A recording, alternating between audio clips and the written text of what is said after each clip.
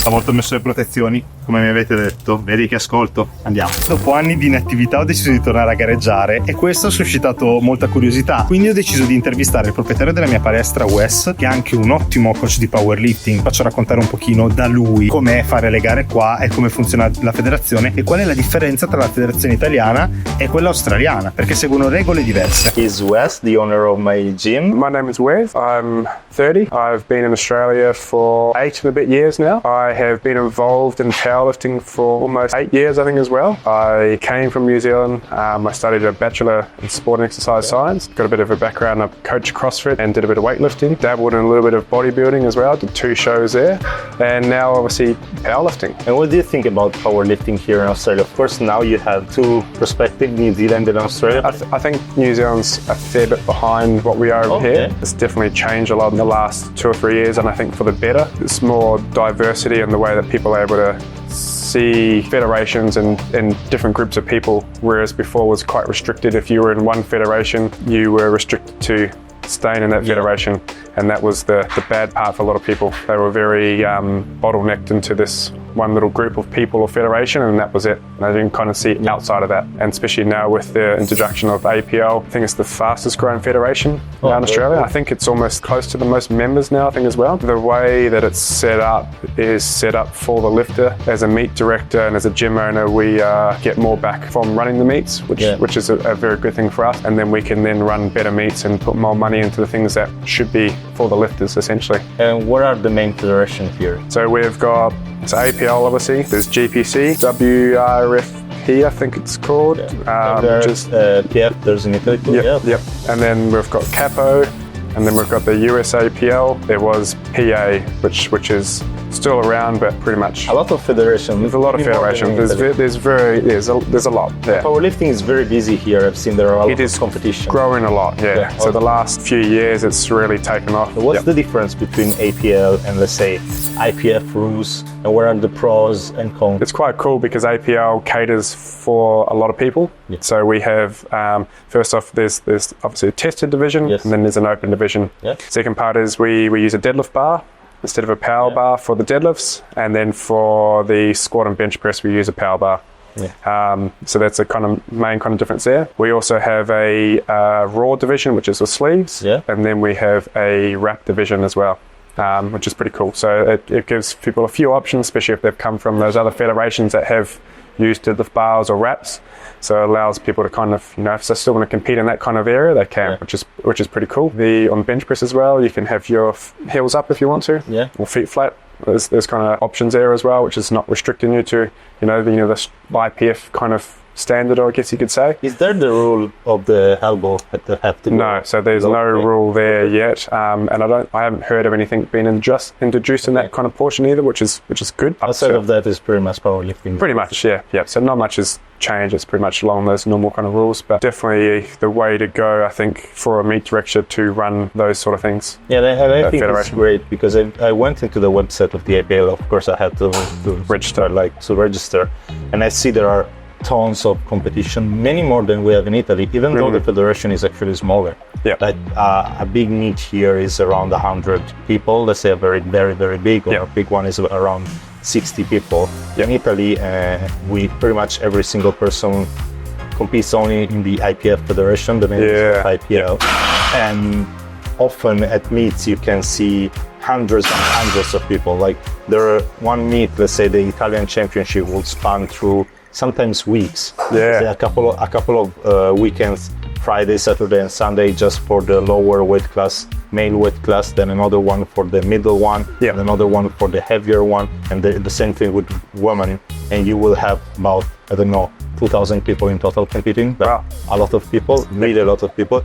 Even though that's the case, there are less competition because there isn't the same structure where you can have local competition like here, and then you qualify at your local competition for nationals and everything else. It doesn't work like this in Italy. You have to go, all the competition are held in the same place in Milan. That's very good because we have a stadium for powerlifting. We're the only nation in the world. We actually have a which is pretty cool. Full-fledged stadium just for us for powerlifting. But for me, it wasn't a big trouble because I lived 2 hours far from there. But someone from southern Italy should take like 10 hours to. It's a big, it's a big distance. Yeah. Every competition. So I think here it sounds easier to get into the sport. I think it's becoming a lot more accessible with a lot of gyms having, in Australia, I think we're quite spoiled for choice where there's gyms now that have calibrated plates, they have competition bars, they have competition racks, and we're very spoiled for choice at Zero here in Cairns that we have, every plate is calibrated, every bar is a competition bar, and every rack is an Eleco rack or bar, So we're pretty spoiled for choice in the sense that we can really run really good comps with quality of equipment in the actual platform and in the warm-up area, which is pretty cool. Like, and it's very much growing and getting better and better and better, and the standard is just rising, which is awesome. You know what I mean? About that, how was getting into opening a gym and owning a powerlifting gym here in Australia? Because I find like there are a lot of gyms. Yeah. And there are quite a bit of gym with great equipment, none as good as this one, not just because I come here. So me and my wife Brooke, we had a studio before this, and we had a few things, but it's very small. And so we had a bit of a membership and client base, or whatever you might want to call it. And Thomas Lilly, who owns Zero, his brand, he's been my coach for quite a few years now, and I asked him for some advice about expanding, and long story short, we ended up not expanding at the time because of we realized what was involved in it. And then short time after that, he asked if potentially we wanted to go in partnership with him and open a Zero up in Cairns, and that's how this came about. And the way I guess that we look at how we have a gym is it's not a powerlifting gym, it's a strength gym.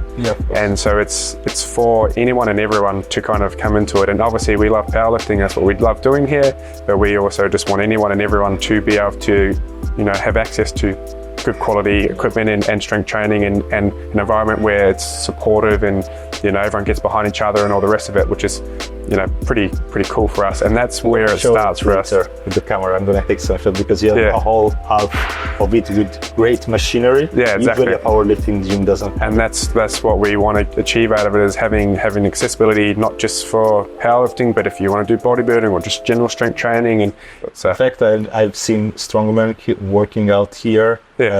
Bodybuilders. So it's a big mix. There are a lot of powerlifters, of course, but Seduto lì a intervistare Wes mi sono finalmente reso conto di dove ero, e non intendo in Australia, intendo che manca una sola settimana alla gara, ed è un turbine di emozioni strano, particolare, che non provavo da tanto tempo. La cosa importante oggi e adesso è il fatto di ritornare dopo tanti anni a gareggiare e di mettersi alla prova. Voglio fare una bella gara, voglio cercare di fare tutte alzate valide, e l'obiettivo primario è quello di cercare di migliorare ulteriormente il mio total. Faccio anche fatica ad avere effettivamente una visione chiara di quello che posso fare per due motivi. Uno, perché io tendo a performare sempre meglio in gara, di molto, e sempre meglio sotto pressione piuttosto che ad allenamenti. Questo un po' penso per un aspetto psicologico, e anche perché io vengo da una scuola di pensiero ed approccio all'allenamento che non riporto sui miei atleti, ma che fa parte di me, ovvero l'approccio delle arti marziali e degli sport da combattimento. Sputa sangue in palestra per non sputarlo sul ring. Quindi io mi sono sempre abituato ad allenarmi nella peggiore condizione possibile, con tutti gli svantaggi possibili. Qualsiasi cosa che potesse rendere l'allenamento o la giornata o qualcosa più facile, io lo evito. Sono talmente abituato che, anche se magari non penso che sia l'approccio migliore, mi viene da fare così. Quindi non uso il pre-workout, non ascolto la musica, cerco di essere sempre neutro a livello emotivo, non mi carico, non mi fomento troppo. Come hai visto, non uso le ginocchiere, non uso i polsini, non uso niente, vado e faccio il mio. La gara è un'altra questione, la gara è la gara. Quindi lì cerco di sfruttare tutte queste cose alle quali non sono abituato quando sono in gara, e di solito, soprattutto per esempio il pre-workout, per me che non lo uso mai, la prima volta che lo uso mi dà un effetto della Madonna, poi la musica, mi carico e tutto, cerco di giocarmi tutte queste carte solo nel momento della gara. A proposito di gara, se anche te ami powerlifting e vuoi fare le gare, vuoi essere seguito da qualcuno che ama questo sport tanto quanto te, che ha tantissima esperienza a portare i ragazzi in gara, che ti fa un programma personalizzato e che ti segue passo passo assicurandosi sempre di farti ottenere il massimo dei tuoi allenamenti e del tuo impegno, allora puoi contattarci a nerdtrainingcenter.it, dove noi del team Nerd Training Center prenderemo cura di te e ti porteremo alle tue migliori prestazioni di sempre. Spero che il video ti sia piaciuto, e se vuoi dire tu nei commenti quanto ti aspetti che io faccia alla gara, lascialo sotto e vediamo se ci hai indovinato. Alla prossima! Se ci hai preso, non hai indovinato, però ve lo guardo.